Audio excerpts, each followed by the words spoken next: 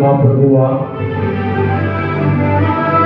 ప్రార్థనలు ఆలకించు మా పరమ తండ్రి, నీకు కృతజ్ఞతాస్తుతులు చెల్లిస్తున్నాం. ఈ మాటలు వినాలని ఆశపడుతుండగా మాకు వినగల చెవులు, గ్రహించగల మనసు దయచేయండి తండ్రి. నీ సన్నిధి చేత ప్రభువా మేమందరం నింపబడినట్లు సహాయములు దయచేయండి. ఖాళీ హృదయములతో వచ్చిన మమ్మలను నీ కరుణ గల మాటలతో కరుణించి కృప చూపి మమ్మల్ని దర్శించి మీ సన్నిధి చేత మమ్మల్ని అందరూ బలపరచబడి మా అందరికి వినగల చెవులు, గ్రహించగల మనసును దయచేయబడి యేసుక్రీస్తు నామములో వేడుకొనుచున్నాము తండ్రి, ఆమేన్. దేవుని శ్రేష్టమైనటువంటి మాటలు విందాం. ఈరోజు దేవుడు మనతో మాట్లాడాలని ఆశపడుతున్న మరొక అంశం ఆశ్రయము. ఆశ్రయము అనే అంశం ద్వారా దేవుడు మనల్ని దర్శించాలని ఆశపడుతుండగా ప్రతి ఒక్కరూ కూడా ఆ విలువైనటువంటి మాటలు విందాం. చాలామంది చాలాసార్లు మనకి మాట ఏంటంటే, నా ఆశ్రయము, నా అండ, నా కొండ, నా ఫలం, ఎవరెవరి గురించే చెప్తూ ఉంటారు. చాలామంది అయితే నా ఆశ్రయం నా డబ్బు, నా ఆశ్రయం నా ఫలం, నా ఆశ్రయం నా బంధువులు, నేను ఆశ్రయించేది నా స్నేహితులను, ఇలాగ చెప్పుకుంటూ పోతుంటారు. అయితే వాళ్ళని ఆశ్రయించినప్పుడు వాళ్ళకు తోడుగా ఉంటారో లేదో తెలియదు, కానీ దేవుడి యొక్క సన్నిధిలో మనము దేవుణ్ణి ఆశ్రయిస్తే ఆయన మనకు ఖచ్చితంగా తోడుగా ఉండి మనల్ని బలపరుస్తాడు. ఈ సత్యాన్ని గ్రహించి చాలా మంది భక్తులు బైబిల్లో వారి జీవితాలు దేవునికి అర్పించుకొని దేవుణ్ణే ఆశ్రయించి వారు ఎలా జీవించారో ఈరోజు కొన్ని మాటలు నేర్చుకోబోతున్నాం. ఈరోజు ఒక ఇద్దరు గురించి మనం నేర్చుకుందాం. ఈ ఇద్దరు ఎవరిని ఆశ్రయించారంటే దేవుడైనటువంటి యెహోవాను ఆశ్రయించారు. ఇంతకు ఎవరా ఇద్దరు? మొదటి ఆయన పేరు చెప్తున్నా, జాగ్రత్తగా వినండి. మొదటి ఆయన యోబు.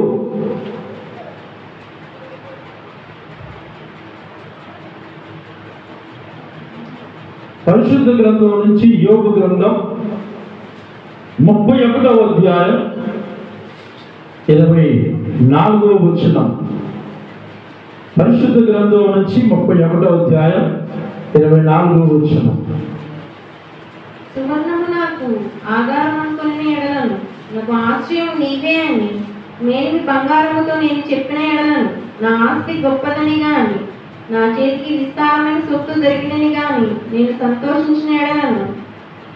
సూర్యుడు ప్రకాశించినప్పుడు నేను అతనినే గాని, చంద్రుడు మిక్కిలి కాంతి కలిగి నడుచుండగా అతనినే గాని చూచి నా హృదయం రహస్యముగా ప్రేరేపింపబడి వారి తట్టు చూచి నా నోరు ముద్దు పెట్టిన ఎడలను, పరమనున్న దేవుని దృష్టికి నేను వేషధారినవుదును.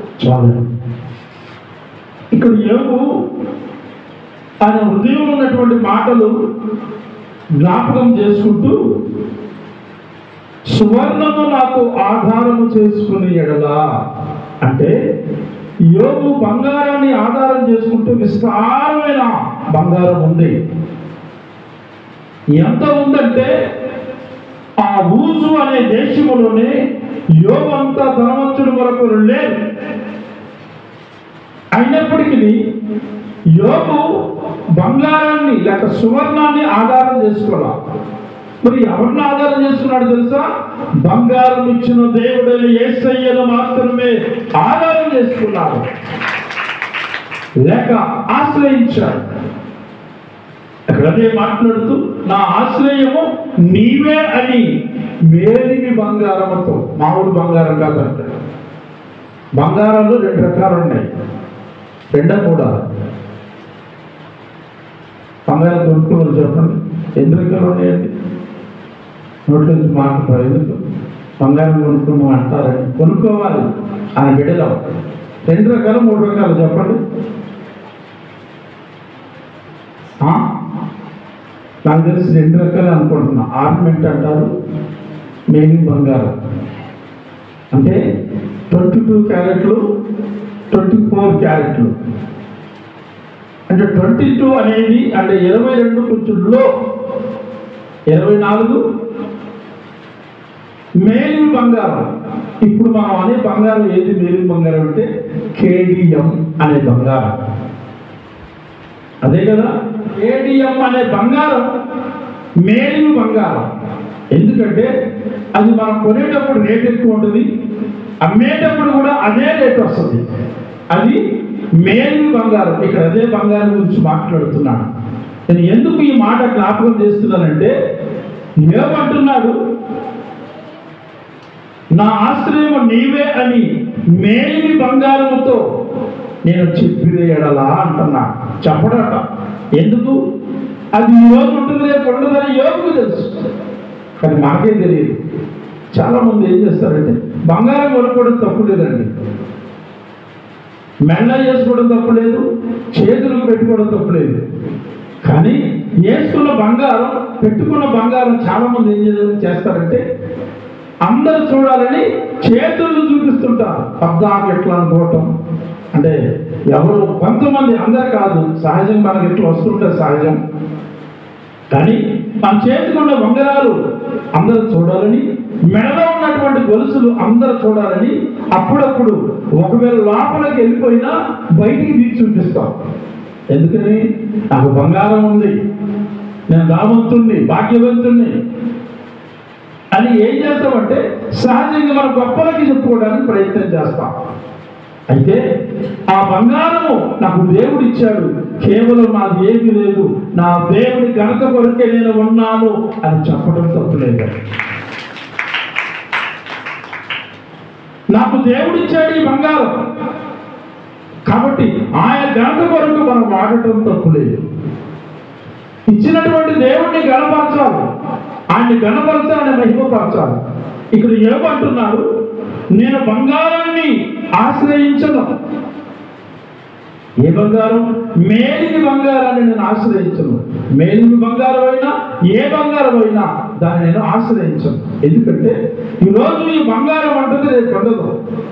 కానీ బంగారం నన్ను విడిచిన, స్నేహితులు నన్ను విడిచిన, బంధువులు నన్ను విడిచిన, నన్ను విడవని నా యేసయ్య నాకు ఎప్పుడూ తోడుగా ఉంటాడు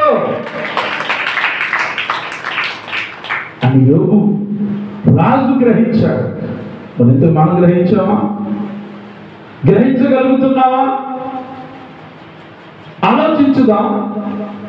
ఏది లేకపోతే బాధపడుతున్నాం. చాలా మంది అంటారు, నా ముఖానికి లేక నా జీవితానికి ఒక ముక్కు వ్యాసలు కూడా లేదు, ముక్కు బొల్ల కూడా లేదు, నేను చేసి చేసి చేసి నా చెమటంతా ఓడ్చి ఏమీ సంపాదించుకోలేకపోతున్నానంట.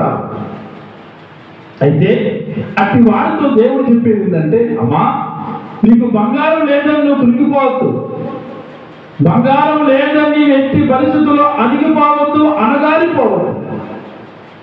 బంగారం కంటే ఉన్నతమైనటువంటి దేవుడినైన నేను నీకు ఉన్నాను.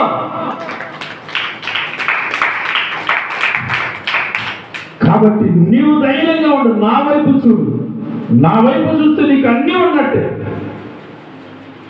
ఈరోజు లేకపోవచ్చు, కానీ ఏదో ఒక రోజు నీ జీవితంలో అంతకంటే ఉన్నతమైనటువంటి బంగారాన్ని నేను ఇవ్వగల సమర్థుని అని చెప్పి దేవుడు మాట్లాడుతున్నాడు. ఇక్కడ ఏమనుకుంటున్నారు, నేను బంగారాన్ని ఆశ్రయించగా నా దేవుణ్ణి ఆశ్రయించారు. వచ్చిన మరోసారి చదవండి. నా ఆస్తి గొప్పదని గాని, నా చేతికి విస్తారం సొత్తు దొరికినని గాని నేను సంతోషించిన ఎడలను. చాలు. ఏది గొప్పదని? ఆస్తి గొప్పదని కానీ, తర్వాత నా చేతికి విస్తారమైన సొత్తు దొరికినట్టుగా నేను సంతోషించిన ఎడల సంతోషించనండి. ఎందుకంటే నేను సంతోషించింది నా దేవుని బట్టి, నేను ఆశ్రయించింది నా దేవుణ్ణి. కాబట్టి ఈ ఆస్తి ఈ ఐశ్వర్యాలు ఇచ్చింది ఆయన. కాబట్టి నేను వాటిని బట్టి సంతోషించను, అయితే సంతోషిస్తా వాటిని ఇచ్చిన నన్ను సంతోషపెట్టే నా దేవుడైన యెహోవాని బట్టి సంతోషిస్తా అని ధైర్యంగా యోబు చెప్పగలుగుతున్నాడు దేవుని యొక్క సన్నిధిలో. ఆయన ఇక్కడ చాలా విషయాలు రాస్తున్నాడు, కానీ ఇక్కడ మనకు కావాల్సింది ఏంటంటే బంగారాన్ని ఆశ్రయించాల. ఎవరో యోబు. మరి ఎవరిని ఆశ్రయించాడు చెప్పాలి? ఎవరిని ఆశ్రయించాడండి? బంగారం ఇచ్చే దేవుణ్ణి ఆశ్రయించాడు. కాబట్టి ఆ యోబు ఎంత సంతోషంగా చెప్పగలుగుతున్నారు. కానీ మన జీవితంలో నిజంగా ఎప్పుడైనా ఏదో ఒక సందర్భంలో ఒక చిన్న బంగారం ఒక ముక్కు పొడల పోయిందనుకోండి, ముక్కు పొడక చెయ్యి జారిపోయిందనుకోండి, నిజంగా మనం చాలా బాధపడతాం. ఎందుకంటే కష్టపడి సంపాదించుకున్నాం ఉంగరం కానీ బంగారం కానీ ఏదైనా, అది పోతే నిజంగా చాలా తిరిగిపోతాం. 5,000 అయిందండి, 20,000 అయిందండి, 30,000 అయిందండి అని బాధపడతాం. బాధపడటం సహజమే, తప్పులేదు. కానీ బంగారం ఇచ్చిన దేవుడిని ఎన్నిసార్లు మనం కోల్పోలా? బంగారం ఇచ్చిన యేసయ్య సన్నిధికి రాకుండా ఎన్ని రోజులు దూరం చేసుకోవాలి. ఆ రోజు బాధపడ్డామా? ఎందుకు బాధపడడం? అంటే బంగారం కంటే దేవుడు తక్కువ కదా, అంతేనా? బంగారం గొప్పదా? బంగారం ఇచ్చే దేవుడు గొప్ప అయినా. అందుకే మనం ఏం చేస్తామంటే దేవుడి సన్నిధికి దూరమైన బాధపడమండి చాలాసార్లు. అది గ్రహించినటువంటి వాళ్ళు ఏం చేస్తారంటే నాకు ఈ లోపల బంగారం ఉన్నా లేకపోయినా నాకు బంగారం లాంటి భవిష్యత్తునిచ్చే దేవుడు ఉన్నాడు. అందుకే ఆయన సన్నిధి మాత్రం విడవకుండా వెంబడిస్తారండి. ఎవరు? యోబు లాంటి వాళ్ళు. అందుకని యోబు చక్కగా మాట్లాడుతున్నాడు. నేను బంగారాన్ని ఆశ్రయించలా, ఆస్తిని ఆశ్రయించలా, సొమ్మును ఆశ్రయించలా. అది ఎంత ఉన్నప్పటికీ దాన్ని ఇచ్చిన దేవుణ్ణి నేను ఆశ్రయిస్తున్నా అని చెప్పి దేవుని బట్టి సంతోషిస్తున్నాడటండి యోబు. ఇంకొక ఆయన చూద్దాం. ఆశ్రయం అనే అంశములో రెండవ వ్యక్తి ఎవరంటే దావీదు.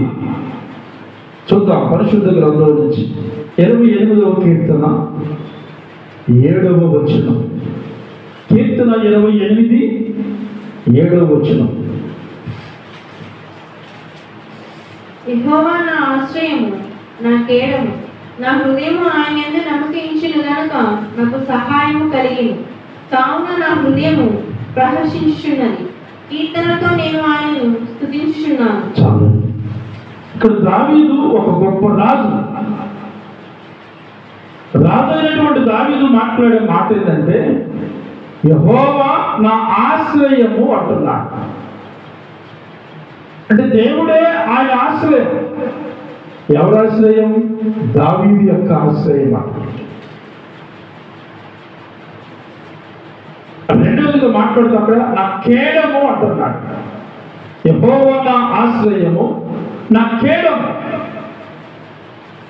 నా హృదయము ఆయన యందు నమ్మిక ఉంచిన కనుక నాకు సహాయము కలిగను అంటున్నాడు. మన హృదయం ఎవరి యందు నమ్మిక ఉంచుతున్నాం? ఎవరి యందు నమ్మకం ఉంచాలి? దావీదట యెహోవా యందు తన హృదయాన్ని నమ్మకంతో ఉంచుకున్నాడట. కాబట్టి దావీదుకి ఏం కలిగిందంటే సహాయము కలిగిందట.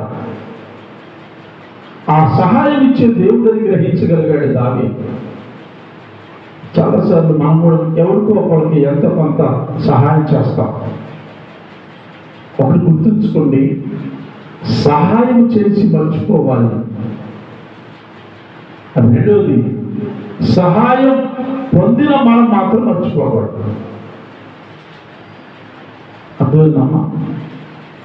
అర్థమైందండి? సహాయం చేసి మర్చిపోవాలి, సహాయం పొందుకున్న మనం మాత్రం మర్చిపోకూడదు. అది మనుషుల పట్ల కావచ్చు, సహాయం చేసిన దేవుడి పట్ల కావచ్చు, ఎట్టి పరిస్థితుల్లో మర్చిపోకూడదండి. కానీ మనంతా రివర్స్ అవ్వాలి కదా. మనం సహాయం చేసి మర్చిపోం, పద్దాకు దెబ్బి పడుతాం, కనపడ్డ వాళ్ళందరికీ చెప్తాం. చాలామంది అంటారు ఒకప్పుడు వాళ్ళు తినటానికి లేదు, నేను ఇస్తే బియ్యం తెచ్చుకొని తిన్నారు. ఈరోజు వాళ్ళకి కళ్ళు నెత్తికెక్కాయంట. వాస్తవమే, నువ్వు ఎంతో కొంత సహాయం చేసి ఉండొచ్చు, కానీ నీకు ఎవరో ఒకరు సహాయం చేశారని మర్చిపోవాలి. అది గుర్తుండదు చాలామంది, అది గుర్తుండదు. కానీ అది గుర్తు పెట్టుకోవాలి. మనం ఖచ్చితంగా అది మనం గుర్తుంచుకోవాలి. నేను ఒకసారి ఒక స్టేటస్ చదివాను. దాంట్లో ఉన్నటువంటి మాట ఏంటంటే, ఈ లోకంలో ఏ మనుషులకు సహాయం చేయకూడదని ఒక సహోదరుడు పెట్టాడు. అతను దేవుడిని ఎరగనటువంటి వ్యక్తి. పెడితే దాన్ని నేను చదివాను. చదివిన తర్వాత ఎందుకో ఆయనతో మాట్లాడాలనిపించి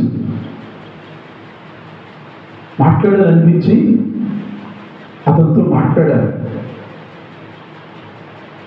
మాట్లాడినప్పుడు అతను అన్నటువంటి మాట ఏంటంటే, నేను ఒకటే చెప్పాను, ఈరోజు ఎంతో కొంత స్థిరపడ్డావు, ఎంతో కొంత ఆర్థికంగా సెటిల్ అయి ఉన్నావు, తప్పులేదు. కానీ ఎదుటి వాళ్ళకి సహాయం చేయకూడదని అంటున్నా గుర్తుందా? నువ్వు చిన్నవాడిగా ఉన్నప్పుడు మీ తల్లిదండ్రులకు ఎవరో ఒకరు సహాయం చేస్తే వాళ్ళ సహాయంతో నిన్ను చదివించారు. నువ్వు ఈరోజు ఎంతో కొంత సంపాదించుకోగలుగుతున్నావు. ఒకసారి ఆలోచించండి అని చెప్తే దానికి వెంటనే రియాక్ట్ అయ్యి ఏమన్నాడు తెలుసా? నిజమేనండి అన్నాడు. తప్ప మీరెవరు నన్ను అంటానికి అంటే అన్నట్టుగా లేదు, ఎక్కడ కనిపించలా. అంటే నిజంగా సహాయం పొందుకున్నాం అని గ్రహిస్తే ఖచ్చితంగా దానికి స్పందిస్తాము. అంటే ఈ రోజు కూడా మనం ఆ మాట అనేటప్పుడు, ఎదుటి వాళ్ళు ఒక మాట అనేటప్పుడు జాగ్రత్తగా అనాలండి. మేము పెడితే తిని బతికారు అనే మాట మన నోటి నుంచి రాకూడదు. పెట్టి మర్చిపోవడం నేర్చుకోవాలి. తిని లేక సహాయాన్ని పొందుకుని మాత్రం మర్చిపోకూడదు. ఈరోజు అడుగుతున్నాడు దేవుడు, ఎలా ఉన్నామా? సహాయాన్ని పొందుకొని మర్చిపోయేవారుగా ఉన్నామా, లేక సహాయం చేసి దెప్పి పొడిచేవారిగా ఉన్నామా? ఇక్కడ అంటున్నాడు దావీదు భక్తుడు, నాకు సహాయం యెహోవాయే. మళ్ళా చదవండి అదే మాట. దావీదు కీర్తన 28వ అధ్యాయం 7వ వచనం. యెహోవా నా ఆశ్రయము, నా కేడము, నా హృదయము ఆయన యందు నమ్మకించిన గనుక నాకు సహాయము కలిగింది. చాలండి.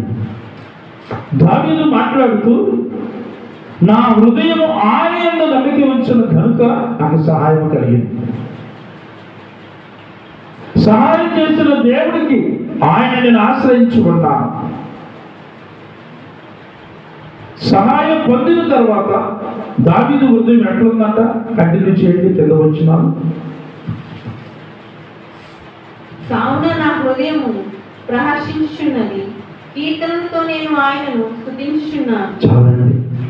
దేవుడు సహాయం చేసిన తర్వాత దావీదు యొక్క హృదయం ప్రహర్షించుచున్నదట. ఎంతగా అంటే దాన్ని వర్ణించలేదు. ఆ పరిస్థితుల్లో ఏం చేశాడట? కీర్తనలతో నేను ఆయనను స్తుతించుచున్నాను అంటున్నాను. దేవుడు మనకు చేసిన సహాయాన్ని బట్టి మనం ఏం చేయాలంటే దేవుడిని కీర్తించాలంట, దేవుడిని స్తుతించాలి, దేవుడిని మహిమపరచాలి, పాటల ద్వారా, సంగీతముల ద్వారా. అలా చేయటం వల్ల దేవుడు గణపరచబడతాడు.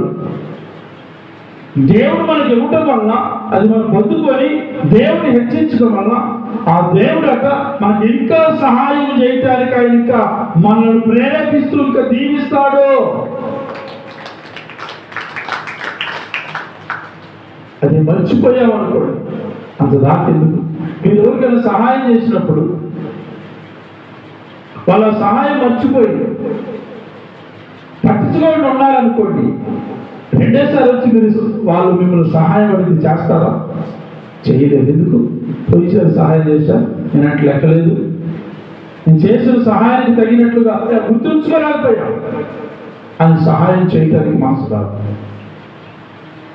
అదే ఒకసారి సహాయం చేస్తే ఎదుగునాడు పరాలు సహోదరుడు సహోదరి సహాయం చేశారు అని చెప్పగలిగితే రెండోసారి సహాయం చేయడానికి ప్రయత్నం చేస్తాను. మనిషి ఎలా కోరుకుంటున్నాడు, కానీ దేవుడు అట ఆ రాయబడిన మాట ఏంటంటే దేవుడు మనకు సహాయం చేసినప్పుడు దేవుని కీర్తనతో స్తుతించాలి. ఆయన కీర్తనతో స్తుతించి దేవుని గణపరిస్తే పదే దేవుడు మనకు సహాయం చేయడానికి ఆయన మనకు జీవితంలో ఇంకా ముందుకు వస్తాడట. అందుకే ఈ మాట దావీదు మరొక సందర్భంలో అన్నటువంటి మాట చూద్దాం. అదే 28వ కీర్తన మొదటి వచనం. కీర్తన 28 మొదటి వచనం. యెహోవా, నేను నీకు మొరపెట్టుచున్నాను, నా ఆశ్రయ దుర్గమా, మౌనముగా ఉండక నా మనవి ఆలకింపుము. నీవు మౌనంగా ఉండిన యెడల నేను సమాధిలోనికి దిగువారి వలె అగుదును. నేను నీకు మొరపెట్టినప్పుడు నీ పరిశుద్ధాలయ వైపునకు నా చేతులెత్తినప్పుడు నా విజ్ఞాపన ధ్వని ఆలకింపుము. నేను నీకు మొరపెట్టుచున్నాను, నా ఆశ్రయ దుర్గమా, మౌనముగా ఉండక అంటున్నట్టు దేవుడికి ప్రార్థన చేస్తున్నాడు దావీదు. అయ్యా, మీరు కనుక మౌనంగా ఉంటే, అక్కడ రాయబడిన మాట ఏంటంటే నేను సమాధిలోనికి దిగిన వారి వలె అగుదును అంటున్నాడు. అంటే నిర్జీవం వాడిని అయిపోతాను, బ్రతికున్నానన్న పేరు ఉంటుంది కానీ చనిపోయిన వారితో సమానం. కారణం ఏంటంటే దేవుని యొక్క సహాయం ఆశ్రయం లేకపోతే అలాగూ దిగజారిపోతాం అని దావీదు గ్రహించాడు. అందుకే అంటున్నాడు దావీదు, అయ్యా నేను నీకు మొరపెట్టినప్పుడు నీ పరిశుద్ధాలయము వైపునకు నా చేటు తినప్పుడు నా విజ్ఞాపనతోని ఆలకింపును అంటున్నాడు. దేవుడు దావీదు యొక్క విజ్ఞాపనతోని ఆలకించాడు కాబట్టి 7వ వచనంలో సహాయం చేశాడు. తర్వాత 8, 9 వచనాలు కూడా చదువుతాం. యెహోవా తన జనులకు ఆశ్రయము, ఆయన తన అభిషేక్తునికి రక్షణ దుర్గం. నీ జనులను రక్షింపుము, నీ స్వాస్థ్యమును ఆశీర్వదింపుము, వారికి కాపరిపై నిత్యము వారిని ఉద్ధరింపుము. చాలండి, ఎంత అద్భుతమైన మాటలు మాట్లాడుతున్నాడు తెలుసా. యోబుకు మాత్రమే కాదు, దావీదు అంటున్నాడు, అయ్యా నీ జనులను రక్షింపుము. పైన ఏమంటున్నాడు తెలుసా, యెహోవా తన జనులకు ఆశ్రయము. దేవుడట తన జనులకు ఆశ్రయంగా ఉంటాడట. ఎవరైతే దేవుణ్ణి ఆరాధిస్తారో, ఆయన సన్నిధికి వస్తారో వారికి దేవుడు ఆశ్రయముగా ఉండాలని దావీదు యొక్క ఆశ. దావీదు సత్యాన్ని గ్రహించి దేవుడు నాకు ఆశ్రయముగా ఉన్నాడు, తన ప్రజలకు కూడా, అంటే భూమి మీద ఉన్న ప్రజలందరూ కూడా నా దేవుడు ఆశ్రయముగా ఉండునుగాక అని మనసు కలిగి ఉందండి దావీదు జీవితం. ఆ మనసుతో ఉన్నాడు దావీదు. తన జనులకు ఆశ్రయముగా ఆయన తన అభిషక్తుడికి రక్షణ దుర్గము.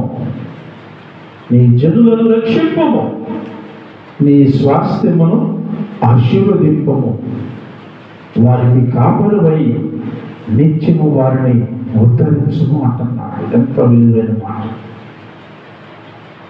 నిత్యము ప్రజలను ఉద్ధరించాలని దావీదు యొక్క ఆశ. మనం దీవించబడ్డ తర్వాత అండి ప్రతి ఒక్కరు ఏమనుకోనంటే నా ఇరుగు పొరుగు వారు కూడా దీవించబడాలండి అని అనుకోవాలి. కానీ చాలామంది ఎట్లుంటారంటే ఎదుటి వాళ్ళు పచ్చగా ఉంటే వారు లేరు. పచ్చగంటే తెలుసుగా, ఏంటి పచ్చగంటే? నోట్లో మాట్లాడాలి. ఏంటి పచ్చగా అంటే ఆకుల్లాగా పచ్చగా ఉండాలన్నా? ఎలా ఉండాలి? పచ్చగా ఉండాలంటే పచ్చగా అంటే ఏంటి? పచ్చదనం దేని గుర్తు? పచ్చదనం నేను పసుపు అంటున్నా, పచ్చదనం ఆకుపచ్చ అంటాం కదా, ఆకుపచ్చ అంటే పచ్చగా ఉండాలండి అంటారు చాలామంది. అంటే ఏంటి దాని ఉద్దేశం? మంచిగా ఉండాలని. కానీ కొంతమంది వాళ్ళే మంచి షర్ట్ వేసుకోవాలి, వాళ్ళే మంచి ప్యాంట్ వేసుకోవాలి, వాళ్ళే మంచి చీర కట్టాలి. పొరపాటున పక్కన మంచి చీర కట్టామనుకోండి, ఏంటి ఎలా కొత్త కొత్త కాకలాడుతున్నావు, కొత్త డ్రెస్ వేసుకొని, కొత్త ప్యాంట్ వేసుకొని, లేక కొత్త చీర కట్టుకొని అని అసహ్యపడేవాళ్ళు, అసూయపడేవాళ్ళు కూడా లేకపోలేదు. నువ్వు అవి ఇచ్చావా? వాళ్ళు ఎలా కొనుక్కున్నారు, ఎందుకు కొనుక్కున్నారు వాళ్ళకి తెలుసు, నీకెందుకండి? వారుడైన తనం ఆ తత్వం వల్ల ఉండకూడదండి. చాలామంది కింద నుంచి పైకి చూస్తారు. ఒకటి గుర్తుంచుకోండి, నేను ఒకవేళ ఎదుటి వారి పట్ల అసహ్యపడితే దేవుడు వారిని అంతకంతకు అభివృద్ధి చెందిస్తాడు. మనము అంతకంతకి నేర్చెల్లిపోతాం. దీనికి ఉదాహరణ ఎవరు తెలుసా? సౌలు, దావీదు. దావీదుకు ముందు సౌలు రాజుగా ఉన్నాడు. రాజుగా ఉన్నప్పుడు దావీదుని ఒక గొర్రెల కాపరిగా ఉన్నాడు. ముందుగా రాజు కాకమునుపే ఒక యుద్ధంలో, మనందరూ తెలుసు, యుద్ధంలో దావీదు వెళ్ళి విజయాన్ని తీసుకొచ్చి పెట్టాడు. విజయాన్ని తీసుకొచ్చి పెట్టినప్పుడు అప్పుడు జనులందరూ అంటున్నారు, దావీదుకి 10,000, సౌలుకి అనగా సౌలు అనే రాజుకి 1000 కొలది జయజయులు అంటున్నారంట. అంటే స్తుతులు అని పాటలు పాడారంట. అంటే ఇప్పుడు దావీదుని జనాలు ఏం చేశారు? హెచ్చించారు. అది సౌలుకి ఇంపుగా అనిపించలేదంట. ఇంపుగా అనిపించకపోవడం వల్ల అసూయ పడ్డాడట. ఎవరు చెప్పండి? ఎవరు? సౌలు. ఎవరిని చూసి? దావీదుని చూసి. ఏం జరిగింది తెలుసా? దినదినమేమో ఆనాటి నుండి సౌలు నేర్చెల్లుతున్నాడు, దావీదు దినదినము అభివృద్ధి చెందుతూ ఆశీర్వదించబడిన వాడిగా మార్చబడ్డాడు. ఇప్పుడు మనకి ఇది చాలా, ఈ మాట గారు భయంకరంగా, నేను ఎవరినైనా ఒకవేళ అసూయ పడితే నేను అణిగిపోతా, వాళ్ళు అభివృద్ధి చెందుతారు. రోజు మీకు అదే మాట జాగ్రత్త వినండి. కొంతమంది సొంత తల్లులు తండ్రులే, సొంత తల్లి తండ్రులే కొంతమంది చూసేమో అసహించుకుంటారు, కొంతమంది చూసి బాగా పొందుతారు. ఏంటంటే వాళ్ళ మీద ఉన్నటువంటి ప్రేమ అటువంటి. కొంతమంది మంచి చేసిన వాళ్ళని మెచ్చుకోరు కానీ విమర్శిస్తారు. కానీ వాళ్ళకి నచ్చినటువంటి వాళ్ళు ఏ పని చేసిన వాళ్ళు మాత్రం పొగుడుతారు. పొగిడిన వాళ్ళేమో నేర్చెల్లిపోతారు, విమర్శించిన వారేమో అత్యున్నతమైనటువంటి స్థాయికి వెతుకుతున్నారు. దానికి కారణం ఏంటంటే ఇక్కడ దావీదు యొక్క మనసు. దావీదు ఏమంటున్నాడు తెలుసా? 28వ అధ్యాయం 8వ వచనం మరొకసారి చదువుదాం. యెహోవా తన జనులకు ఆశ్రయము, ఆయన తన అభిషేక్తునికి రక్షణ దుర్గము. చాలండి. యెహోవా తన జనులకు ఆశ్రయమట. ఆయన్ని ఎవరైతే ఆశ్రయిస్తారో ప్రతి ఒక్కరూ అభివృద్ధి చెందుతారు. దావీదు యొక్క ఆశ ఏంటంటే ప్రజలందరూ అభివృద్ధి చెందాలని, మొదటిగా దేవుని ఆశ్రయించాలని, ఆశ్రయించిన తర్వాత అభివృద్ధి చెందాలని. దావీదుగా మనసు ఉంది కాబట్టి దావీదుని దేవుడు ఉన్నతంగా దీవించాడు. దావీదు గురించి దేవుడు ఒక అద్భుతమైన మాట మాట్లాడతాడు. దావీదు నా హృదయానుసారుడు. ఎందుకని చెప్పగలుగుతున్నాడు? దావీదు యొక్క మనసు ఎలా ఉందంటే దేవుని యొక్క మనసు లాగా ఉంది. అందుకే దావీదుతో అంటాడు దేవుడు, దావీదు నా హృదయానుసారుడు. ఎందుకంటే నాకు ఉన్నటువంటి మంచి లక్షణాలు దావీదులో ఉన్నాయి కాబట్టి నేను దావీదుని దీవిస్తున్నాను. నేను మీకు ఒక మాట చెప్తూ వినండి. ఒక ఫంక్షన్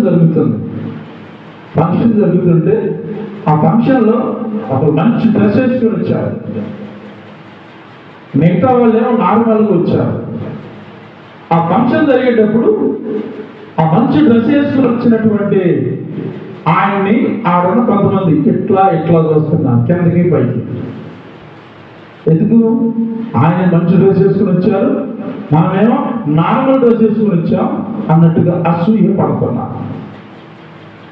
ఇప్పుడు నీకు ఉన్నటువంటి వాటిలో మంచి డ్రెస్ వేసుకొని రాకపోవడం నీలో, ఆయన ఉన్నటువంటి దాంట్లో మంచి డ్రెస్ వేసుకొని వచ్చాడు, ఆయన ఇష్టం. ఆయన చూసి అసూయ పడుతున్నారు. కానీ కొన్ని రోజుల తర్వాత దేవుడు ఆ సహోదరుని ఆశీర్వదిస్తే ఆయన ఉన్నతంగా దీవించబడ్డాడు.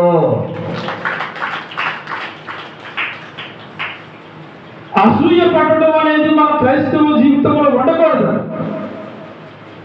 కాబట్టి దావీదు సత్యాన్ని గ్రహించి ఏం చేసాడు తెలుసా? తన ప్రజలు దేవుని ప్రజలు దేవుని ఆశ్రయించి ఆశీర్వదించబడాలని కోరుకున్నాడు. కాబట్టి దావీదుని దేవుడు ఉన్నతంగా దీవించాడు. మనం కూడా యెహోవాను అనగా మనం ఆశ్రయించాల్సింది ఎవరంటే దేవుణ్ణే. దేవుని ఎవరు ఆశ్రయించారు? మొదటిగా యోబు ఆశీర్వదించాడు. యోబుని దేవుడు ఉన్నతంగా దీవించాడు. రెండవది దావీదు ఆశీర్వదించాడు. దావీదును కూడా దేవుడు ఉన్నతంగా దీవించాడు. మరి మనము కూడా దేవుణ్ణి ఆశ్రయిస్తే మన జీవితంలో, అంటే యోబు జీవితంలో కష్టాలు వచ్చాయి, దావీదు జీవితంలో కష్టాలు వచ్చాయి, అయినప్పటికీ ఆయన ఆశ్రయించి ఉన్నారు. కాబట్టి దేవుడు తగిన సమయంలో వారిని ఆశీర్వదిస్తే వారు గొప్పవారు అయ్యారు. మనం కూడా దేవుడిని ఆశ్రయిస్తే తగిన సమయంలో దేవుడికున్న మనందరినీ, మన గ్రామాన్ని, మన దేశాన్ని దేవుడు ఉన్నతముగా ఆశీర్వదించునుగాక. పెద్దగా చప్పట్లు కొట్టి దేవుడిని కళ్ళు మూసుకుందాం. ప్రార్థనలోకి వెళ్ళిపోవాలి. ప్రతి ఒక్కరూ కళ్ళు మూసుకొని దేవుని సన్నిధానం, ఆశ్రయమైన దేవుడు, ఆశ్రయించాల్సింది దేవుణ్ణి. ఈరోజు నీవు దేవుణ్ణి ఆశ్రయిస్తే అదిగో యోగుని దేవుడు ఉన్నతంగా ఆశీర్వదించాడు. దావీదుని దేవుడు ఉన్నతంగా ఆశీర్వదించాడు. ఈరోజు నీ జీవితంలో దేన్ని ఆశ్రయిస్తున్నావు? బంగారాన్ని ఆశ్రయిస్తున్నావా? బంగారం ఇచ్చిన దేవుణ్ణి ఆశ్రయిస్తున్నావా? లేక నువ్వు దేవుణ్ణి ఆశ్రయించావు కానీ ఏది లేదని దిగులు పడుతున్నావు. నీ భవిష్యత్తు బాగలేదనా? నీ జీవితంలో ఉన్నతమైనవి లేవనా?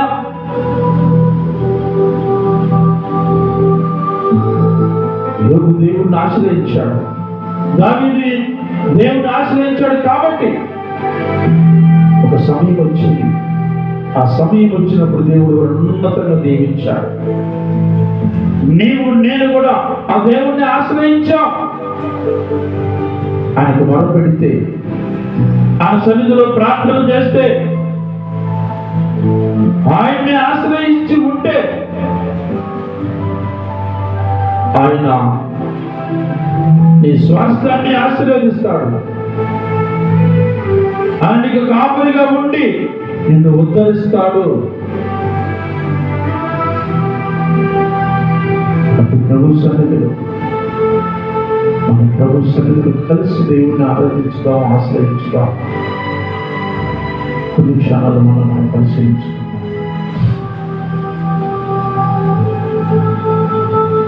అద్భుతమైనటువంటి దేవుడు మన దేవుడు. ఆశీర్వదించే దేవుడు, జనులను ఆశీర్వదించే దేవుడు, జనులను రక్షించే దేవుడు, జనుల స్వాస్థ్యాన్ని ఆశీర్వదించే దేవుడు, ఆయన కాపరిగా ఉండి నిన్ను ఉద్ధరించే దేవుడు మన యేసయ్య. పరిశుద్ధుడైన మా ప్రభువా, ఆశ్రయము అనే అంశం ద్వారా